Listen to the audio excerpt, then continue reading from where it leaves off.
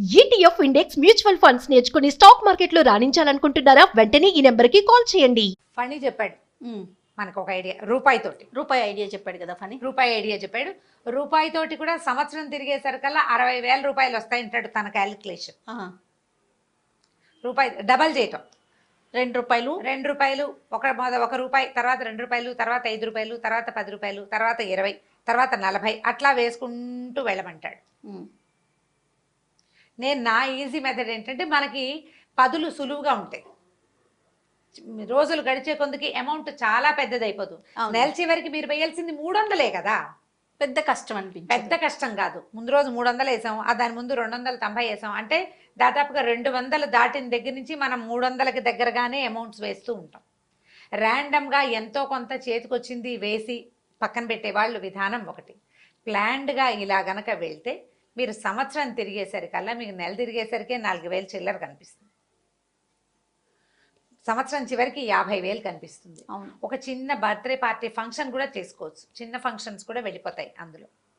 ఇలా భార్యాభర్త ఇద్దరికి ఉద్యోగాలు ఉన్నవాళ్ళు ఇద్దరు కలిసి ఇట్లా ప్లాన్ చేసుకుంటే ₹1,00,000 మీరు ఎవ్వరికి ఏ డివిడెండ్ ఏవి ఇవ్వకుండా, దేవుడి పాటలు అవి ఇవ్వక్కర్లేకుండా మీ డబ్బులే మీరు ఇబరాయి పాడేస్తే పక్కన పడేసి ఉంటే, నువ్వు పాత హ్యాండ్ బ్యాగులు ర్యాకుల కింద, తర్వాత ఏమో డబ్బులు అక్కడ ఇక్కడ పెట్టే అలవాటు ఉన్న చోట తీస్తే పదులు ఒక 20-30 తేలుతాయి. హ్యాండ్ బ్యాగ్లో నలిగిపోయిన ₹10 7-8 ఉంటాయి ప్రతి వాళ్ళకి. వీటన్నిటినీ పొదుపు చేయండి, ఈజీగా అవుతుంది.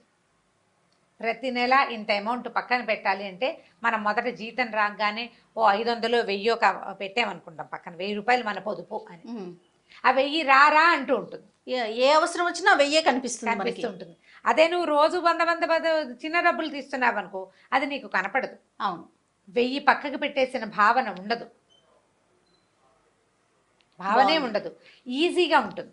మీరు అన్నట్లుగా చక్కగా ఒక అవసరానికి ఒక ట్రిప్కో లేదు ఒక వస్తువుకి, ఆడపిల్లలు ఉన్నారనుకోండి వస్తువులు కావాలి కదా.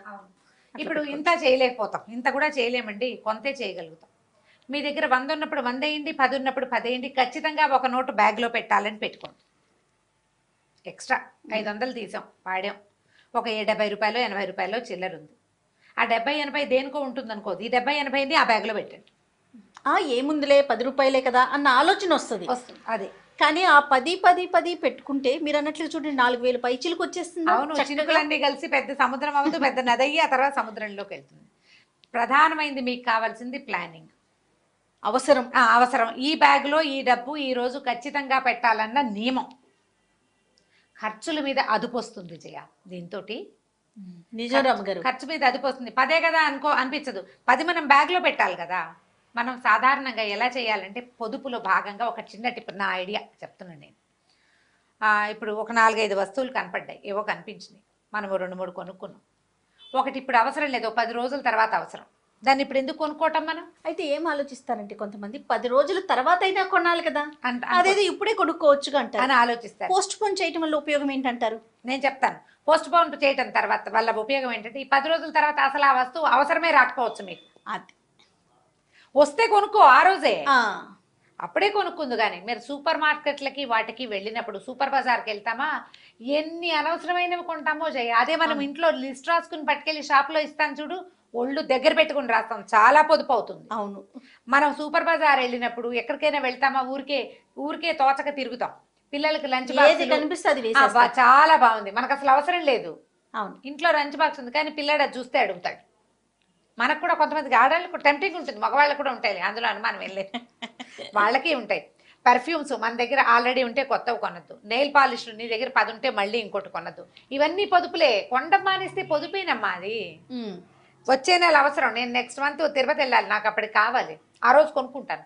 ఈ లోపల తిరుపతి ప్రయాణమే పోవచ్చు, నందో రాజా భవిష్యత్తు, లేదా ఎవరైనా గిఫ్ట్ తెచ్చి ఇచ్చచ్చు మనకి ఆ వస్తువు. ఎందుకు అనవసరంగా ఇప్పటి నుంచి ఎందుకు డబ్బులు ఖర్చు పెట్టడం, అంతేనా? అంతే. మీరు ఈ పొదుపు ప్లాన్ ₹1 నుంచి స్టార్ట్ చేస్తారా, ₹10 నుంచి స్టార్ట్ చేస్తారా, ₹100 కూడా మీ ఇష్టం. చేయటం ఇంపార్టెంట్. 100 ఇవాళ 100, రేపు 200, ఎల్లుండి 300, తర్వాత 400 పెట్టదలుచుకున్నా సరే, ఎంత పెద్ద అమౌంట్ అవుతుందో. నెల తిరిగేసరికి 30వ రోజున మీరు ₹3,000 వేయాల్సి వస్తారు, ఒక్క 100 చొప్పున పెంచిన. లెక్క పెట్టుకోండి, 3,500 ప్లస్ 2,900 అట్లా, ప్లస్ 2,800 ప్లస్ 2,700 వేసుకోండి. క్యాలిక్యులేటర్లో ఎంత అమౌంట్ కనపడుతుందో తెలుస్తుంది. ఈ వీడియో కనుక మీకు నచ్చినట్లయితే లైక్ చేయండి, షేర్ చేయండి. మరిన్ని ఇంట్రెస్టింగ్ వీడియోస్ కోసం మా ఛానల్ని సబ్స్క్రైబ్ చేసుకోండి.